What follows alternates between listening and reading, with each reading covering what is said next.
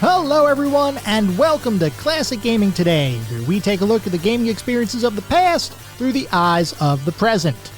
I am your host Tony, and today we're going to look at Desert Strike: Return to the Gulf, an isometric perspective helicopter action title developed and published by Electronic Arts and released for the Sega Genesis in 1992, with numerous ports and conversions following. We're going to talk about that game in just a couple minutes, but first, as is usual, just a little bit of housekeeping up front. This is episode number 58. I'm excited to be here. I hope all of you are as well. If you'd like to reach out, let me know how I'm doing, provide feedback, comments, suggestions, or just talk about classic games and technology in general. I would love to hear from you, and there are a few ways you can reach out. I have an email address, which is classicgamingtoday@gmail.com. I have a Twitter account with the handle @classicgamingt, and we have a Discord server. The link is in the show notes. Discord is probably the best way to get in touch with me and the rest of the community around this podcast. We do a ton of cool things out on Discord. We have a lot of fun. And we also do a weekly gaming challenge. This weekend's challenge was all about spooky adventure games, and we did have a few people that participated. ISO got 35 more points this weekend, most of them before Saturday morning, to bring his total up to 152 points. He remains in first place. Bookie Gnu added 2 points to his total. That brings him up to 60 points and second place. I remain in third place with 59 points. I still need to get 1 point from the October monthly challenge before we hit November. Fourth place, Rich Centerwald got 5 additional points. He now has 45 points. I Am the Dizzle didn't participate this past weekend. He was addicted to Alan Wake 2, so he stays in 5th place with 19 points, and Left-Handed Guitarist added 6 points to his total. That brings his total all the way to 15 points, good for 6th place so far. The only way to get involved in this weekly gaming challenge is to actually come out on Discord and play, and I do want to mention that our November set of games, the November monthly challenge, is going to be opening up later this week. The theme for November is all about shareware classics, and once again, this is going to be a community-driven set of challenges. So if you want to contribute your own challenge to the November set of games and the November set of challenges, get out there to Discord, links in the show notes like I said, and submit your challenge and play along. It really is a lot of fun. I should also mention that we have a Patreon. It is patreon.com/classicgamingtoday. We have an exclusive Patreon podcast that comes out every other week. We have some exclusive blog posts, a channel out on Discord. So if that sounds like a good time, patreon.com/classicgamingtoday is where it's at. I also want to give a shout out to our Pantheon members. These are the Patreon community members that are contributing at the Pantheon level. They are ISO, Rich Centerwald, and David Morton. Thank you guys for supporting the show, and thank you all for supporting the show, whether it's monetarily or by listening on a regular basis. I truly do appreciate the support. For anyone who may be new, welcome. I just want to give a brief overview of the anatomy of an episode, because for the most part, every single episode follows a very similar format and structure. We will always start by talking about the history of the game in question, the historical context. How was the game made? Why was the game made? And then we move into a pseudo-review kind of section. And I say pseudo-review because it's not like we assign every game a numerical ranking or a bunch of stars or anything like that. But we do talk about every single game from several different perspectives. We take a look at the graphics. How does the game look? The sound and music. How does the game sound? The narrative and/or story, if the game has one, playability and controls, and overall feel. What does it feel like to play the game today versus when it was released 20, 30, maybe even 40 years ago? And we do all of that to reach a verdict as far as how well the game holds up today. And to do that, we assign each game to one of several categories. At the very top of our list is the Pantheon of Classic Gaming. If a game reaches the Pantheon, you know it is that darn good. It is a certifiable classic. You owe it to yourself to go out and play those games today. Just beyond the Pantheon are our golden oldies. These are still really good games. I still highly recommend them, especially if you enjoyed the game in the past or you have nostalgia for the genre or enjoy the genre. By all means, go for it. You will not be disappointed. They are not quite Pantheon level, but they are still really good experiences, and I still highly encourage you all to play them today. Beyond our golden oldies, we reach the mediocre mentions. These are where we start getting into the games that I cannot recommend to the broader population. They're either aged a little bit, might have had a couple of issues to begin with. You may still have a good time, especially if you enjoy the genre in which the game lives. By all means, give it a go, but I cannot recommend these games to the broader population. And then beyond the mediocre mentions, we reach the footnotes. These are the games that are best left in the annals of history. I have played them, so you don't have to. I cannot recommend anyone play these titles today. They have either aged incredibly poorly, or they may not have been all that great to begin with. With that out of the way, we're going to start talking about the game of the day. That is Desert Strike.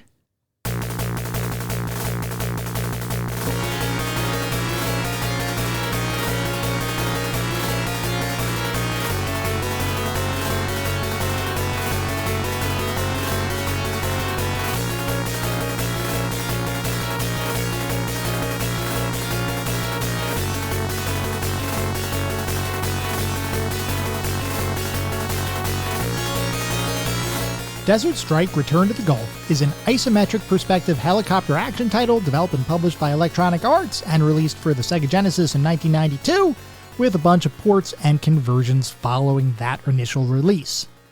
Before we can talk about Desert Strike, we have to dive back into history, and specifically the mid-1960s into the early 70s, which is when a man named Mike Poussin was in the midst of the educational equivalent of a boss gauntlet. Poussin was attending the University of California, Berkeley, where he would challenge himself with completing bachelor's, master's, and PhD studies in mechanical engineering, and, because that wasn't enough, also pursuing an additional master's degree in electrical engineering and computer science. Over a period of 10 years, he did in fact complete all of those degree programs, while also teaching himself Fortran, a very early computer programming language which he used to create a couple of simple programs, which he ended up enjoying. With that educational foundation firmly established, he had to figure out what he wanted to do now that he was effectively done with formal education. Now, as we've talked about a number of times during prior episodes of this podcast, the mid-70s was a period of time where technological advancement was rapidly accelerating, with the popularization of arcades as a social destination, the insertion of video game consoles into the home, and the proliferation of computer technology as something that consumers, not just businesses, would be able to utilize in their day-to-day lives. Poussin, like many individuals with similar engineering and computer science backgrounds, wanted to transfer his educational learning into something that would allow him to apply his technological know-how on something worthwhile, which is why he decided to join the Lawrence Livermore Laboratory in 1974. The Lawrence Livermore Laboratory, for those who may not be aware, originated as a radiation research laboratory that was founded at the University of California in 1952, and over the years would become one of the preeminent nuclear weapon development labs in the world, with a number of experimental weapons, warheads, and missiles developed for and delivered to the United States military. This weapon development was especially prominent during the Cold War era, when the Soviet Union and the United States were in a constant competition to develop technology and weapons that would one-up one another. When Poussin joined the lab in 1974, he was tasked with developing computer systems for use in environmental testing, which was an area of increasing importance at the lab, considering the focus of the time on nuclear weapons and related environmental impacts. Putting his computer, electrical, and mechanical knowledge to use, Poussin would continue working at the lab for several years, until he decided in 1977 to break away and form his own company focused on developing software for the personal computer market. Before we continue though, we need to take a step back and talk about the personal computer market in 1977, and specifically what I mean when I say personal computer market. As many likely know, computers as a concept have existed for a long time, though for many years they were designed to only be used by large companies, educational institutions, and other organizations where their computational power could be put to good use. Early computers were gargantuan machines that oftentimes took up entire rooms in large buildings, which, as you might expect, didn't exactly endear them to being used in homes. It's not like gigantic computer room with its own power, ventilation, and cooling was common on many homebuyer must-have list of amenities when shopping around for a new house. Computers were hugely impactful across a number of industries. They just hadn't made their way into the home yet. All of that would change in 1977, when the first true personal computers would be released on the market, those being the Apple II, the Tandy Radio Shack TRS-80, and the Commodore Personal Electronic Transactor, or PET. These machines, while primitive by modern standards, were the first efforts in miniaturizing computer technology and creating something that could actually be used in someone's home without needing dedicated floor space to store and maintain the machine. So, 1977 was effectively the start of the personal computer market, which is to say, when Mike Posehn decided to leave his job at the Lawrence Livermore Laboratory and create his own company focused on developing software for personal computers, this was a major risk.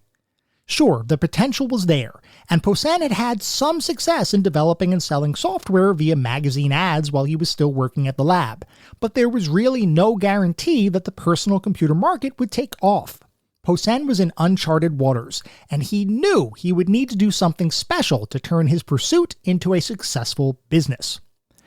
Now, I know this podcast is primarily focused on classic gaming, but the fact is, back at the advent of the personal computer market, the focus was squarely on productivity as opposed to fun. When you bought a shiny new Apple II, you were likely going to use it to either improve your productivity or to manage some aspect of your life. You were not buying a computer to play games. Obviously, that would all change relatively quickly, but it'd still be several years before games would become more prevalent on computers in the home. Posehn's software company would focus on the productivity market exclusively, and would in fact become a relatively major player in the productivity software world. Over a 7-year period, his company would churn out a number of software titles, including the first project management software for personal computers, named Milestone, one of the first task management software packages, called VisiSchedule, and Datebook, which helped individuals manage personal appointments. While there's not a ton of info on these early computer programs, they ended up doing some solid business, so much so that bigger companies were starting to take notice, with one of those companies being none other than Electronic Arts.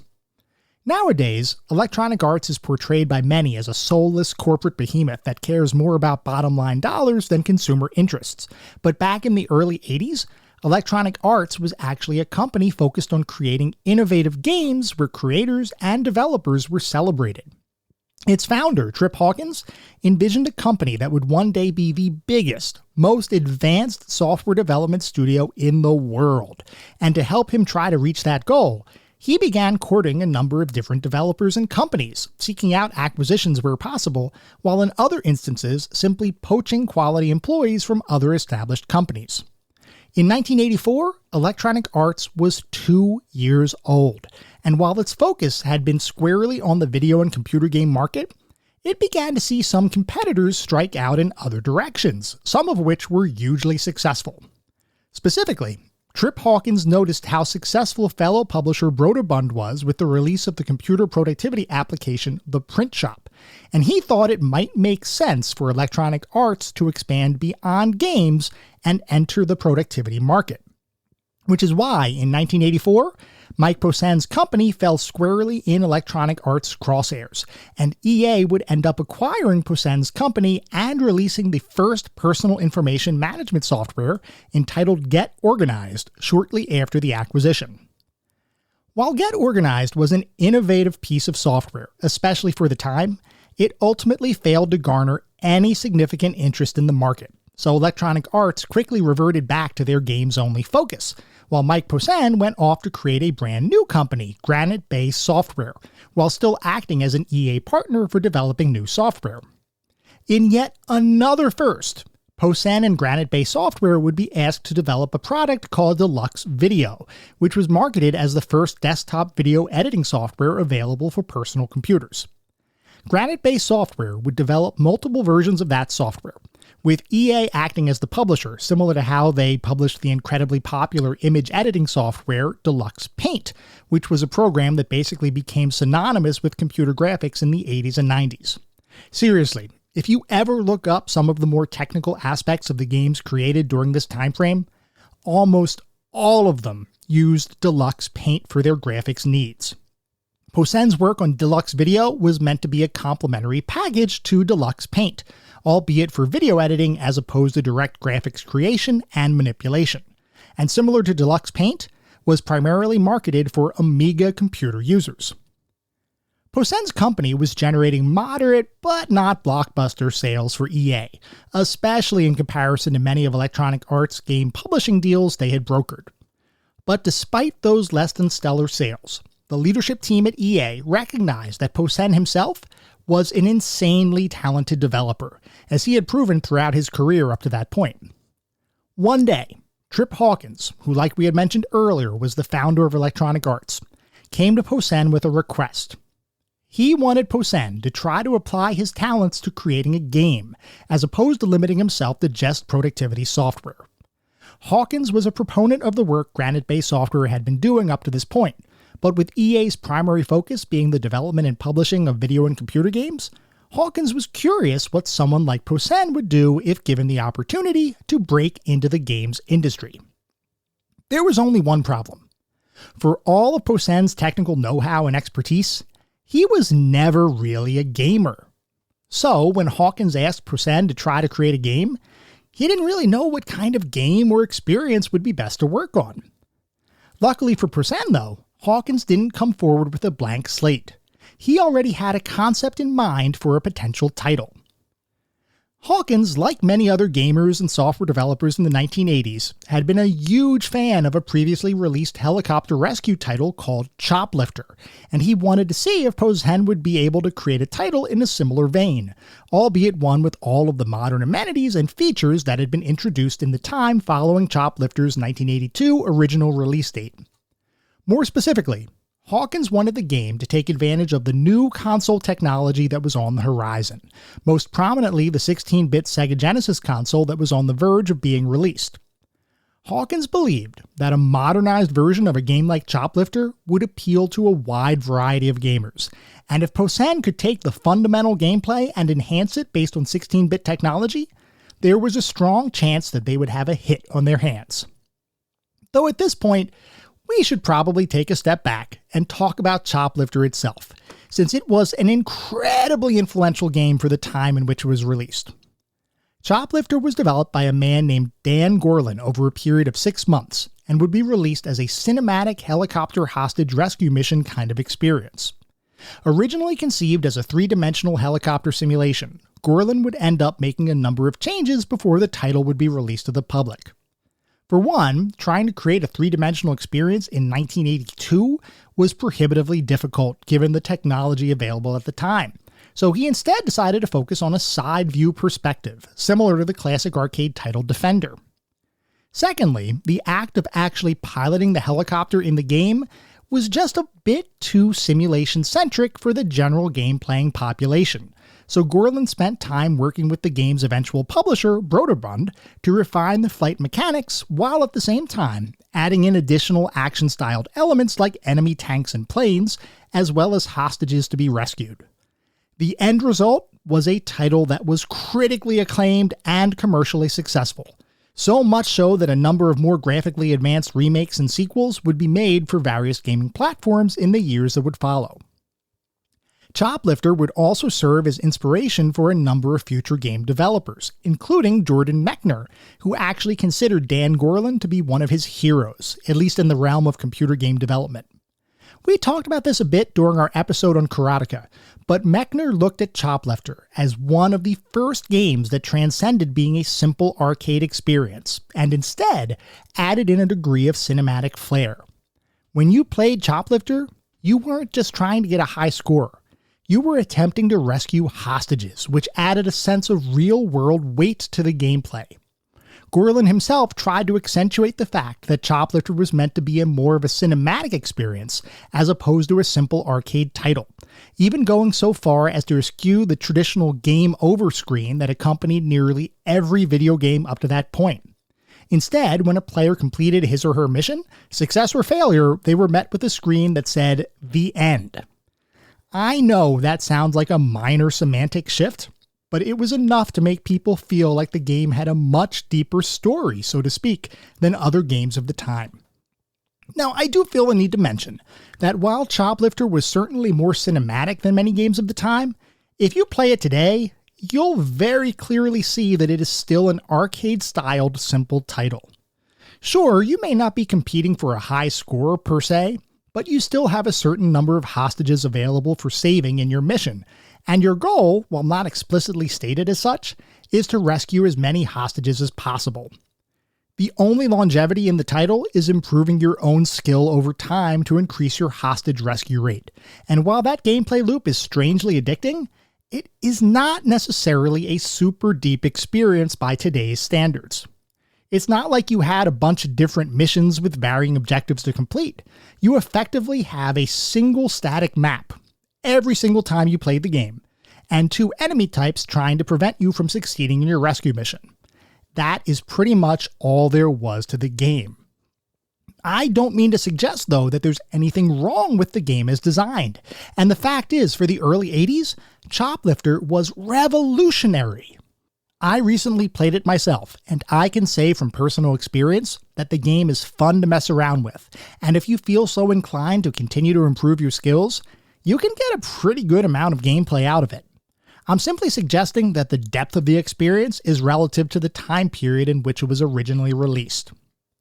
I mention all of this to provide some context around the request Trip Hawkins made to Mike Posehn. When Posehn sat down to begin developing his new game, all he had in terms of inspiration was the 1982 version of Choplifter, and considering he wasn't himself an avid gamer, he didn't have a large number of other game experiences to draw upon. So, Posehn effectively started with a blank slate as he set off to create his brand new helicopter rescue action title, known at the time as Beirut Breakout. As we've talked about before, Posehn is more of a technology guy, not necessarily a designer, which is why the very first thing he tackled as he began working on Beirut Breakout was the creation of the game's engine. Posehn looked at Choplifter and surmised very early on that the core gameplay loop wasn't really focused on story or narrative. It was really about the act of flying the helicopter itself, which he thought was fun and engaging. Because of that, his early prototypes for the game were focused simply on the act of flying around and blowing stuff up, with smoothly animated 3-dimensional, so to speak, vehicles and enemies maneuvering around a large battlefield, played from an isometric perspective. There were no goals for the player to accomplish. There were no missions to complete. There was no score to accumulate. There was simply the act of flying around a military-styled sandbox, blowing up other things inside the game world. While that concept honestly sounds pretty darn fun, the fact is a purely sandbox helicopter experience might have been just a bit too freeform for an early Sega Genesis title, and it wasn't clear that an experience without any appreciable direction would appeal to many gamers. So Electronic Arts decided to assign another individual, John Manley, to the project. Manley would be responsible for bringing more traditional game design elements to the game, while Posehn and Granite Bay Software would continue to work on the technology. Manley would begin coming up with a structure for how to turn a sandbox into a full-fledged game. Before we get to that though, let's take a look at some of the more technical aspects of the game. Like I had mentioned, Beirut Breakout was designed to utilize 3-dimensional visuals presented via an isometric perspective, which for those who may need a refresher, is effectively an angled tops-down kind of view, similar to what you might see in many action role-playing games like Diablo. For Beirut Breakout, Posehn wanted to utilize 3-dimensional models for every vehicle and object in the game, so he enlisted the help of a friend, Tim Calvin, to begin developing the 3D models for the game. Now the thing is, the concept of 3D in games around this time, especially on a console like the Sega Genesis, was just not truly feasible.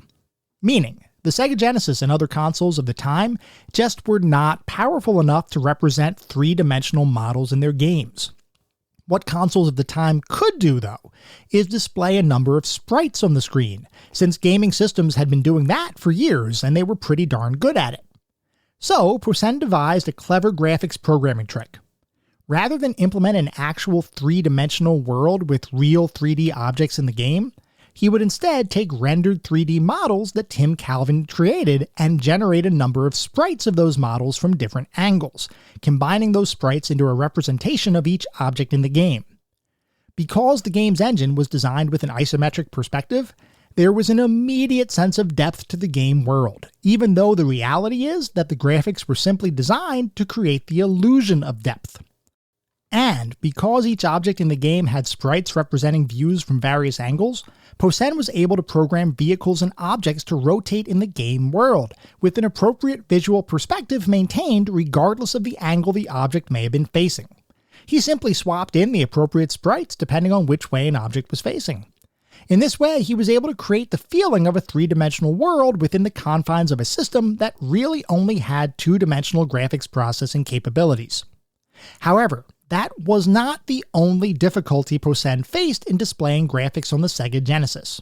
Sure, he had solved the problem of how to make the game feel like a 3D world, but actually displaying the appropriate level of detail in that game world would prove to be a challenge. The issue was that the Sega Genesis had very limited display capabilities, as it was only capable of generating graphics at a resolution of 320 by 240 pixels.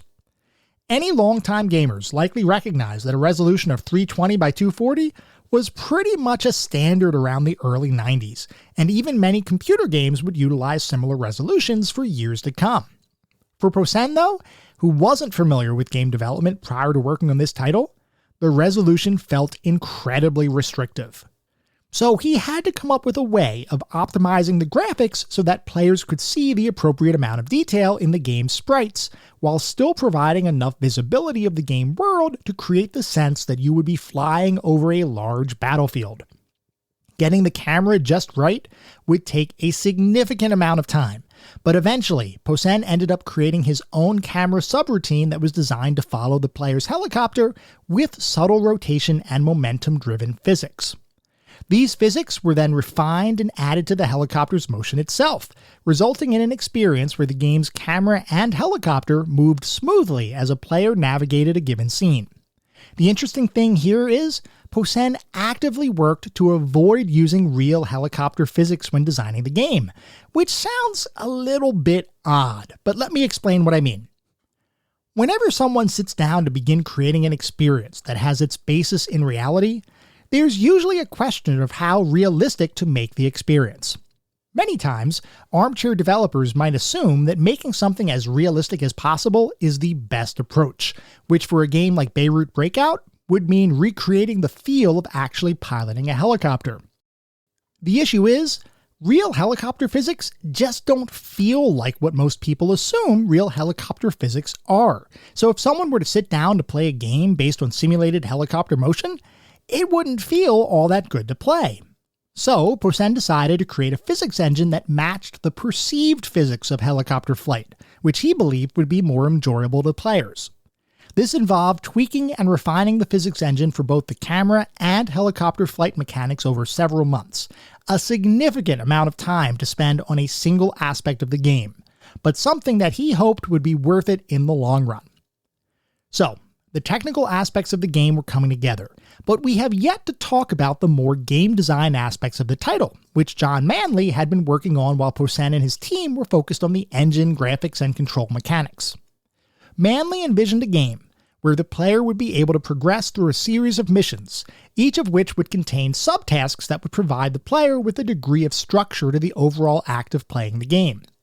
Rather than present a purely sandbox type of environment, Manley would collaborate with Posen to create a structured sandbox kind of experience, where each mission's subtasks could technically be completed in any order, with the game reacting appropriately to the player's actions by either becoming more or less difficult and adjusting the enemy's behavior based on those actions. Posen was adamant that typical game constructs like boss fights and power-ups just would not fit in the title, and he believed that maintaining a non-linear kind of experience was important in maintaining the player's engagement over the length of the game. Manley would relent, settling for the structured sandbox approach I just mentioned, while limiting power-ups to realistic, at least in-game, kinds of items, like weapon reload crates and fuel refill barrels. With the game's mechanics coming together, attention shifted to the game's overarching plot, which originally was intended to be based on the Lebanese Civil War, which is why the title of the game up to this point had been Beirut Breakout. The setting and background story for the game would evolve over time, with recent events in the Persian Gulf driving Manley and the team to rethink the game's narrative. With a relocation to the Middle East, the game's name of Beirut Breakout no longer made much sense, so it was decided to rechristen the title as Desert Strike. Interestingly, despite the fact that the game ended up being developed right around the time the Gulf War was escalating, Manley maintains that the majority of the game's story was written well before Operation Desert Shield began. Apparently, Manley and Posen were sitting in the office working on the title when they noticed a breaking news story on the conflict in the Middle East. While the focus of their work may have been unintended, and to a degree prophetic, the fact is that many people assumed Desert Strike was a game created in direct response to the Gulf War. Considering all of the info we have at our disposal is effectively secondhand knowledge, I have no way of knowing what's true or not.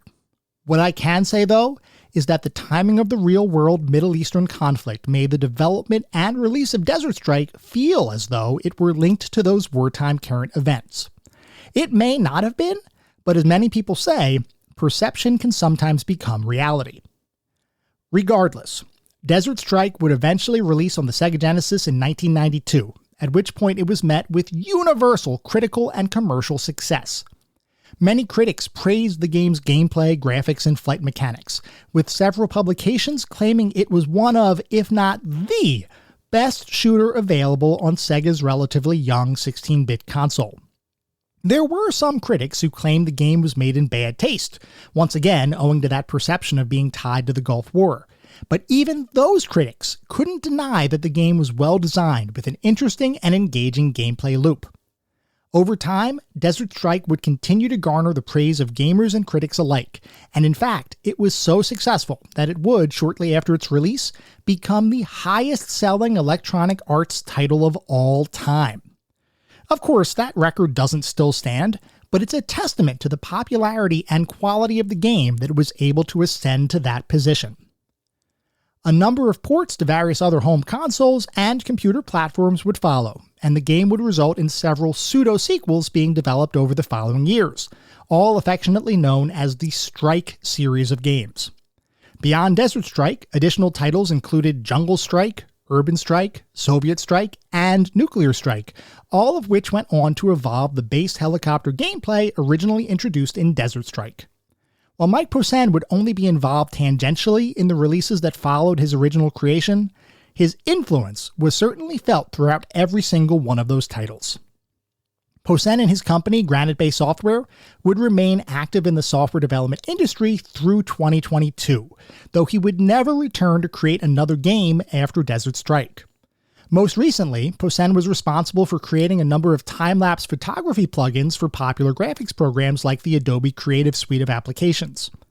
Based on Granite Bay Software's current website, though, it appears that the company ceased operations in late 2022 due to negative economic performance. While I never used any of their graphic software, it is always unfortunate when a formerly successful company closes its doors. I certainly wish Posen and the rest of his team success in whatever future endeavors they may pursue. Desert Strike remains an interesting piece of gaming history. Born out of an executive's desire to modernize a popular early computer game from 1982, the title would come to life through the concerted efforts of several talented people, all of whom were able to capture the collective attention and focus of gamers and critics alike. Even today, there are a number of individuals who have been petitioning for a modern-day remake for the Strike series of titles, which goes to show just how impactful they were across a wide range of the gaming population. While it's unclear if we'll ever see a modern Strike game, the fact remains that Desert Strike, as the first release in the series, was the title that paved the way for every sequel that would follow. And it is one of those rare instances where the original stands as tall as its more technologically advanced sequels. It is, to put it simply, a game that deserves to be remembered.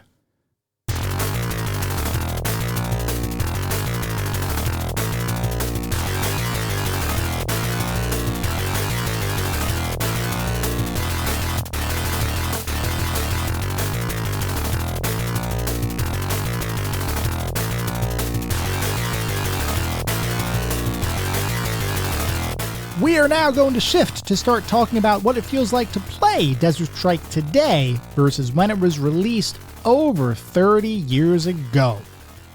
So the main premise in Desert Strike is that you are an ace helicopter pilot, and you're called into action to help stop a Middle Eastern dictator hell-bent on mass destruction. At its core, Desert Strike is effectively an action shooter kind of experience, because most of what you're going to be doing in the game is moving around and shooting.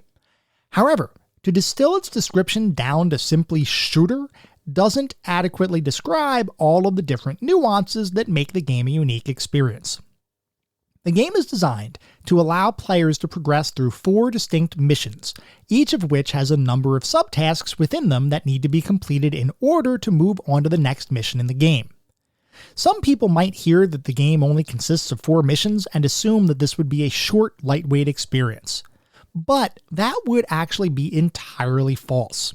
You see, each mission, like I mentioned, has a number of subtasks that need to be completed in order to successfully finish any given mission. These subtasks are fairly varied, and might include things like eliminating radar dishes to allow you to attack an enemy base, rescuing hostages, capturing enemy scientists, and destroying enemy buildings and structures. At the end of the day, each subtask really only takes on one of 2 forms.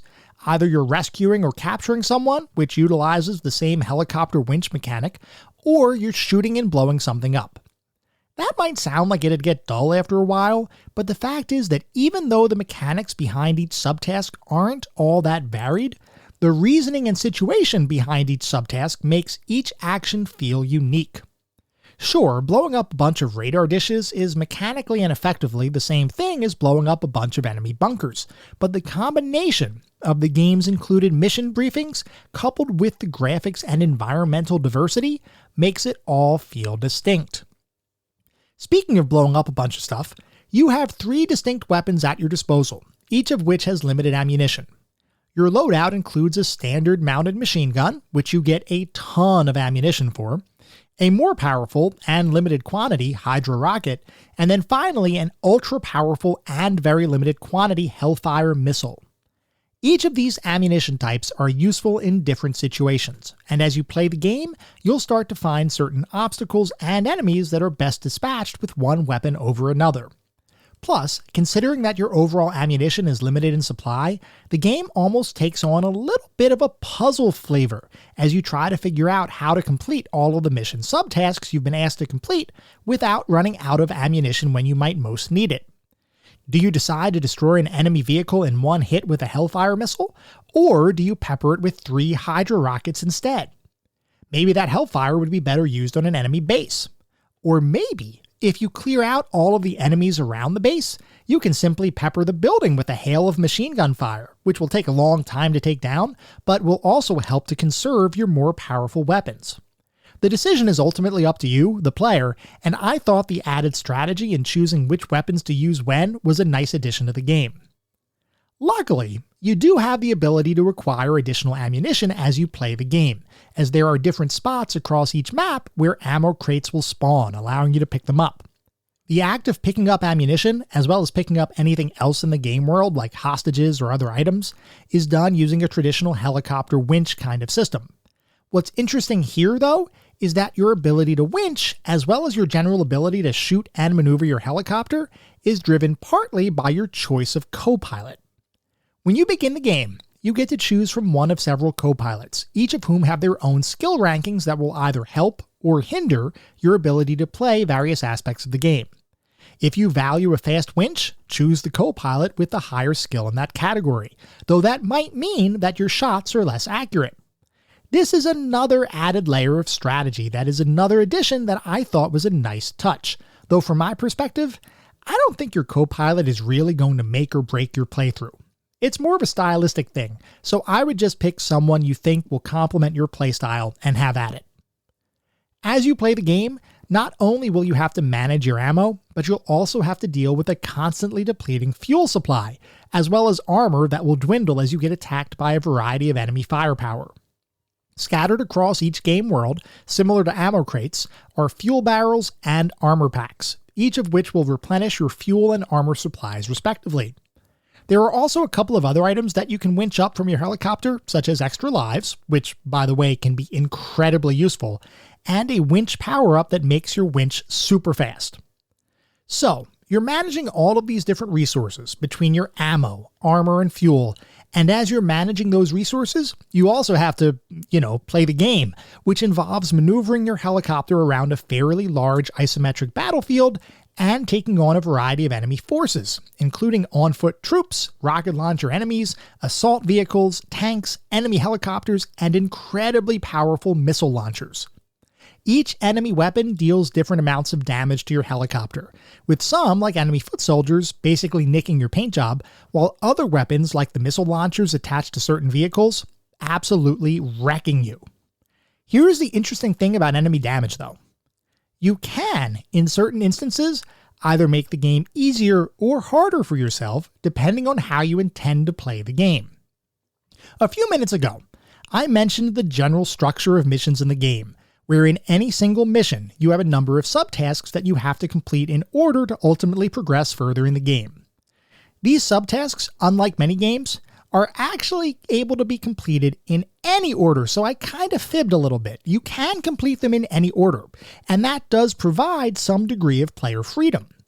And as you look across each mission's map, you'll notice that you basically have to pass some later subtasks in order to get to earlier subtasks in the subtask list. So you might think, no problem, I'll just take care of subtask 6 while I'm on my way to subtask 2. Only, in many instances, that is going to open yourself up to a world of hurt. Because, even though you can technically complete mission subtasks in any order, a lot of the time, skipping those early subtasks makes later subtasks much more difficult. And here I'll give you an example of why that is, or how that is. You may be tasked with taking out a series of radar dishes, followed by assaulting an enemy power plant. Let's say you perform your subtasks in order. You take out the radar dishes and proceed to the power plant. You encounter some tough but manageable enemy defenses, complete your tasks, and continue on with your mission. Now, however, let's say you decide to go out of order, and you go to the power plant before destroying those radar dishes. When you arrive at the power plant, you may encounter the same number of enemies, but each of them are buffed ridiculously and can pretty much destroy your helicopter in a couple of hits. Encountering such a difficulty spike might be frustrating for those who may not recognize this nuance in the game's design, as it was for me when I first started playing the game. I just assumed that as long as I completed all tasks in a mission, I would be fine. Not so, as I quickly learned. The difficulty jump for not completing prior subtasks is significant, so I recommend wherever possible, you tackle those subtasks in order, which makes the game difficulty curve seem much smoother. Also to note, later missions will have subtasks hidden until you complete the prior task, effectively forcing you to complete your mission in order. Even that, though, isn't 100% true, as you can complete subtasks that are still listed as unknown on your mission list. It's just that the game won't tell you what that subtask is. You can still get credit for its completion though, so no real issue there, just something to mention for awareness. I also should mention that even if you complete your mission subtasks in order, minimizing the potential for a difficulty spike, the game is still pretty challenging, and you will almost certainly die. I can also guarantee that there will be times when you fail a mission entirely, either by losing all of your lives or failing to complete some subtasks successfully, which means you have to start all the way back at the beginning of whatever mission you're on. There is a password system in the game, so long as you complete a mission in its entirety. You don't need to restart the game entirely because of that password system, but that being said, some of these missions can be pretty long, and especially in the last 2 missions, the real difficulty only comes near the end of your subtask list after you've already spent a good chunk of time clearing out the easier subtasks. Failing late in a mission can be a bit irritating, simply because of the time investment needed to get back to that failure spot, coupled with the fact that you may still be unsuccessful, which means you may need to restart the mission yet again. For me, it was really only the last 2 missions that posed any degree of real difficulty, and I probably ended up restarting each a good 7 to 10 times before I would eventually beat them. The last mission, however, is really long, so those failures in particular hurt a bunch. Anyway, assuming you persevere and dedicate some time to learning the game, you will eventually prevail, and you will likely feel like a super helicopter ace when you do. By the way, before we move on, I should mention that for this particular playthrough, I ended up playing the Sega Genesis version of the title, which was the original version that Mike Poussin and the team created. When I was younger, I owned the game on the Super Nintendo, so this is actually my first experience with the Sega Genesis version of the game. Overall, I didn't notice many differences between the two titles, at least based on my recollection of the Super NES port. The only major difference, which ultimately wasn't a dramatically huge deal, is the fact that the Super Nintendo controller had shoulder buttons, which you could use to hover side to side while maneuvering your helicopter. The Sega Genesis version, by contrast, did not have shoulder buttons on its controller, so to accomplish the same kind of maneuvering, you have to hold down the A button while you fly side to side. The issue with that, however, is that the A button is the same button that you use to launch your Hellfire missiles, which means that I didn't really end up using that movement scheme during my playthrough, other than just to try it out. It just felt a bit awkward to me, especially in comparison to the controls for the Super Nintendo version of the title. Not a showstopper by any stretch of the imagination, but just something to keep in mind. Before we move on to start talking about the more specific aspects of the game, I do want to take a look at what the back of the box says, because, as you all know, I love looking at the back of the box for these games. I love learning how different companies marketed their titles, how they tried to gain attention for their titles when people were in stores, because back then we didn't really have the internet. Well, we certainly didn't have the internet to look up gameplay videos. We didn't always have a bunch of reviews and magazines. A lot of times when we made a buying decision, we made that decision based on what the box looked like in the store as we were literally standing in front of it. If it looked cool, and if the back of the box made it seem interesting, we bought the game. Otherwise, we did not. So the box design, and the back of the box in particular, is an incredibly important piece of the overall sales strategy for a title.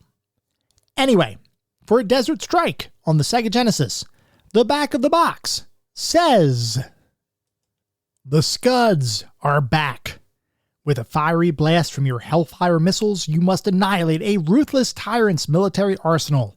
Smoke his private yacht and tear into his air force as you challenge the madman's forces in a series of surgical strikes. Rip through 27 fiery missions. Force is highly recommended." And then there are 4 screenshots with some captions. They are, "The madman's got his finger on the Scud trigger. Annihilate his Scud launchers before their deadly cargo wreaks havoc on the Western world. Spearhead a rescue assault mission into Embassy City and break out American hostages being used as human shields. Battle the madman's military machine over land, air, and sea. One well-placed Hellfire could send the tyrant down with his ship. Check out the onboard computer battle maps and satellite data for locations of enemy MiGs, Scuds, and dug-in tank encampments." And then finally, massive intro and end sequences pay off your victories with full-screen graphics. So that was the back of the box for Desert Strike, and I gotta say, it looks pretty darn good, and certainly really good for a game from 1992. Like I said, I did buy this game on the Super Nintendo. I did not look at the Super Nintendo box to see if it sold me on it. I gotta believe it's probably very similar to what the Genesis version had. It is pretty darn effective at selling the game and making it sound like an interesting experience that anybody who has an interest in helicopters or really action would want to take a look at. We're now going to move on to talk about the more specific aspects of the game. We're going to start by talking about the graphics. Desert Strike's graphics are surprisingly good, and though nobody would ever look at the graphics and think that they look realistic by today's standards, I can say that when I first saw Desert Strike in the early 90s, the game did in fact look pretty darn real. The environments in particular were very well designed, with nice detail across the entire battlefield, from the backgrounds to the buildings to the enemy vehicles. Everything looked great even today, although rather than appear realistic, today I'd refer to the graphics as really high quality pixel art. I was particularly impressed by the isometric perspective, and the way that the sprites used in the game really did convey a feeling that the entire game was taking place in a 3-dimensional world. We talked about how Mike Posehn and the team accomplished that illusion earlier, but even knowing how the magic trick was performed doesn't diminish its impact. Desert Strike simply looked great. I was also impressed by the quality of the digitized images used during the game's cutscenes, which from my perspective, once again, approached realism. Or at least as close to realism as a Sega Genesis cartridge from 1992 could get. The quality of the graphics is particularly impressive when you consider that the entirety of Desert Strike is stored on a 1 megabyte cartridge, or 8 megabits if you're so inclined to label storage the way many video game companies did in the 90s. And by the way, almost every single ounce of storage was used. I read in an interview with Mike Posehn where he said that all but 8 bytes on the cartridge were used, and even then, he had to develop specific storage compression algorithms to get it all to work. To put it into perspective, this podcast episode will probably be somewhere around 70 megabytes in size. We'd be able to fit 70 Desert Strikes into this single audio file, which to me is just a little bit crazy. Anyway, my apologies for the tangent. Bottom line, Desert Strike looks really good from my perspective. Moving on to the sound and music, interestingly, the majority of the game is actually played entirely without music, and the only spots in the game where you hear any sort of musical background is during the cutscenes that precede any mission, as well as the ending screen following each mission. Otherwise, all you're left with is the sound effects at play, which for Desert Strike means the constant whirring of your rotor blades, the unfurling of your winch, the rat-a-tat-tat of your machine gun, and the explosions of your missiles, in addition to various warning sensors that go off at different points, like if you're running low on fuel or you enter into a dangerous area where enemies are well entrenched. And I've got to say, this 100% worked for me. The lack of music added a degree of tension and drama to the action that I thought really elevated the game. I felt like a helicopter pilot in a war-torn country, and the sound design for all of the effects in the game were remarkably well done. I honestly didn't even miss the lack of music, though when it did play during the cutscenes, it was okay. I don't know, the music just felt really generic to me. And I think that if they had used similar styled music playing during the actual missions, it would have likely detracted from the experience. As it stands, the game's sound design was awesome, and the choice to not play music during missions was absolutely the right decision from my perspective. Definitely a home run for me, but like I said, the music that is in the game, kind of a miss. Moving on to the narrative and story, in Desert Strike, you play as an ace helicopter pilot who is deployed to the Persian Gulf region due to escalating tensions, and more directly, the actions of a madman by the name of Kilbaba, known as General Kilbaba in the game. Through a series of offensive actions, Kilbaba has proclaimed himself dictator of the region, and is beginning to amass a large number of military weapons and technology, including the development of nuclear weapons. This poses a significant risk, not just to the region, but to the world at large. So the United States sends you in, a lone helicopter pilot and co-pilot team, to destroy enemy fortifications, rescue hostages, and ultimately put a stop to the madman's plans once and for all. Okay, let me get this out of the way up front. Yes, this is a fictionalized story, and I know John Manley claimed that most of the story was written before the whole Gulf War conflict really escalated in the early 90s. But there is more than a passing similarity to certain real-life situations and individuals, especially when you look at some of the digitized cutscenes that appear in between missions. It's hard not to assume that Desert Strike was, at least in part, retrofitted from its original Beirut breakout idea to take advantage, at least to a degree, of the real-world conflict that was playing out while the game was being developed. I'm not judging, I'm simply saying there are a lot of similarities here. Putting that aside, the story is pretty straightforward without any real plot twists or anything like that. But for me, within the context of the game, it worked. The story provides just enough motivation to make you want to play the game and progress through its missions, and the various cutscenes that play out throughout the game, while simple, are effective in setting the stage for why you're doing what you're doing. It's not going to win any awards, but in a game that's primarily about the gameplay, any extra story is a nice added touch, so I really don't have any complaints here. The story is exactly what it needs to be, given the context of the game.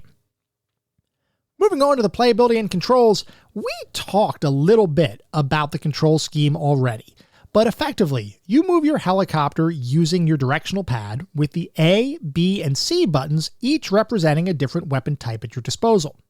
The controls here are pretty simple, though like I mentioned earlier, the lack of additional buttons on the original Sega Genesis controllers makes the act of moving side to side more cumbersome than it needs to be, and can occasionally result in you accidentally firing and wasting one of your highest powered missiles.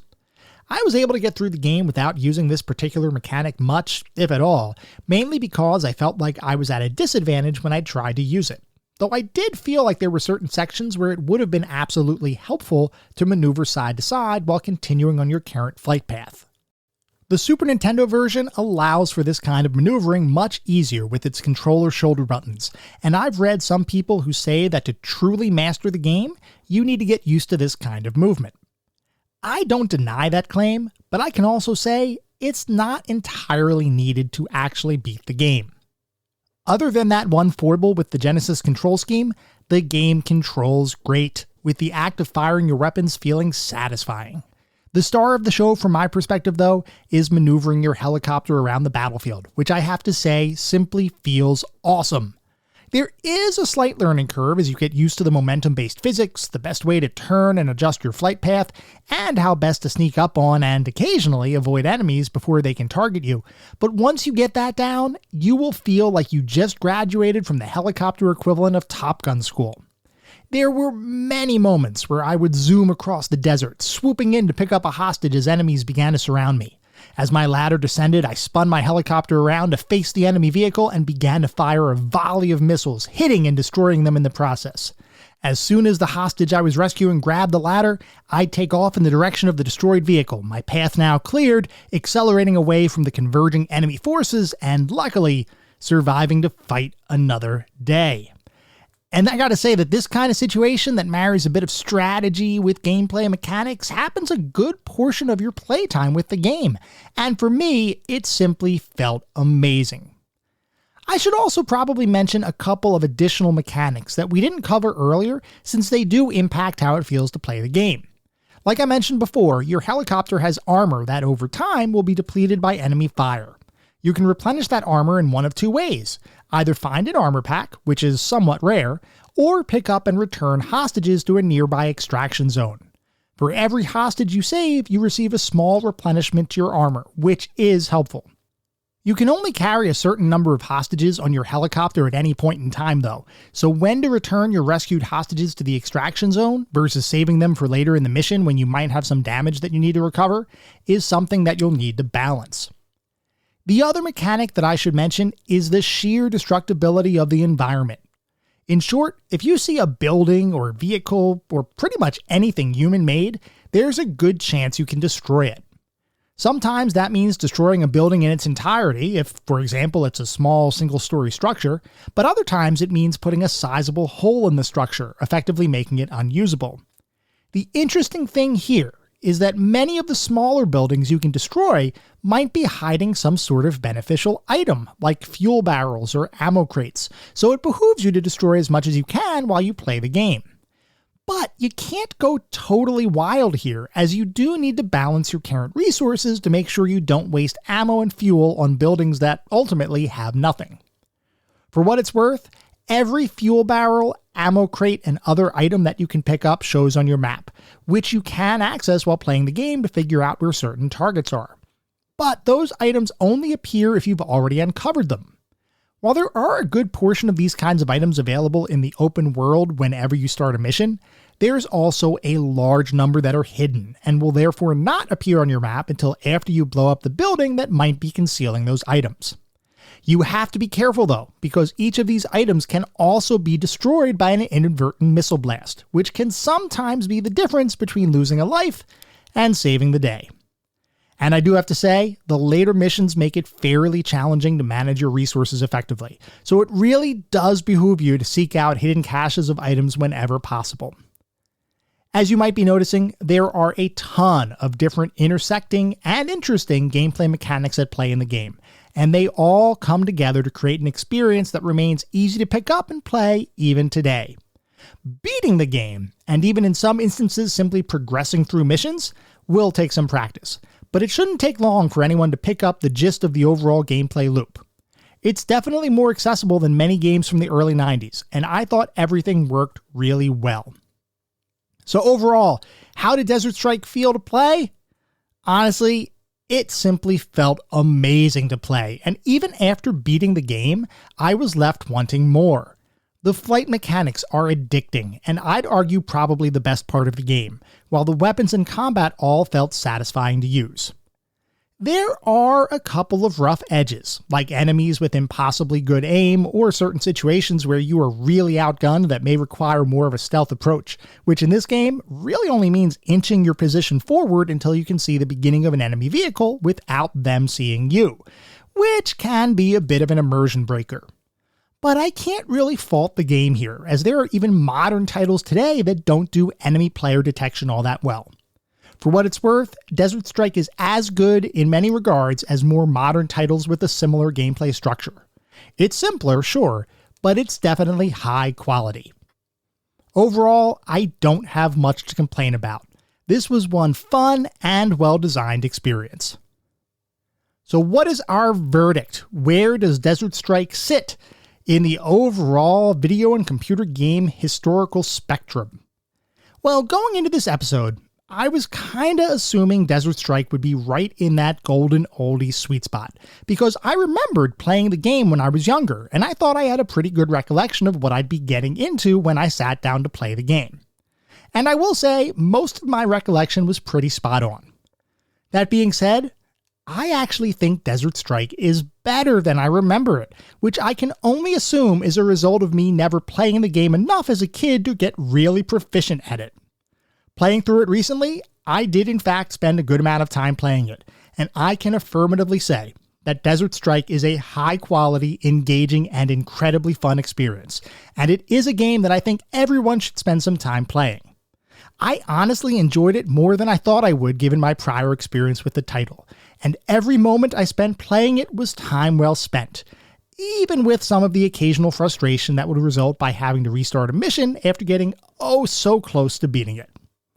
Therefore, for me, Desert Strike absolutely deserves to be the newest inductee in our Pantheon of Classic Gaming.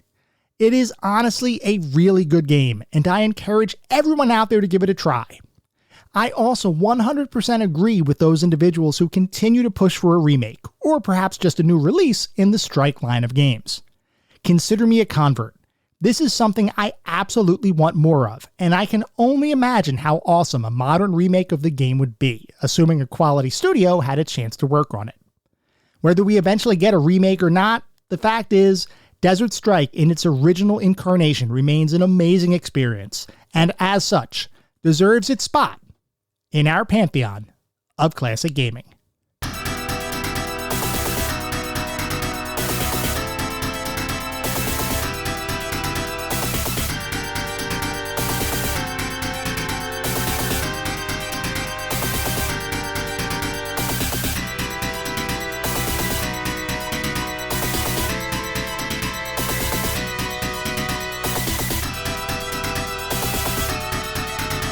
That was our episode focused on Desert Strike.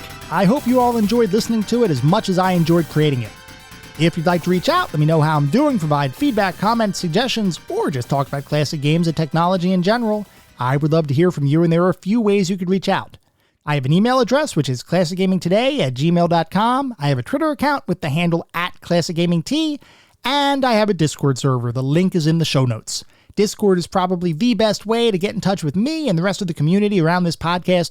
We do a ton of fun things out there, so if you really want to get more engaged, I encourage you to join our Discord. I also want to mention that we do have a Patreon. That is patreon.com/classicgamingtoday. If you want even more Classic Gaming Today goodness, patreon.com/classicgamingtoday is where it's at. Before we sign off for the week, I do want to mention that our next episode is going to be focused on Day of the Tentacle. So feel free to write in if you have any particularly fond or not so fond memories of that experience. At the same time, I recognize you're likely listening to this podcast on any number of podcast services, and if you would feel so inclined, it would be great if you could leave me a review. This is not about bolstering star counts. This is not about trying to harvest a bunch of 5-star ratings, though if that happens, awesome, it means we're doing something right.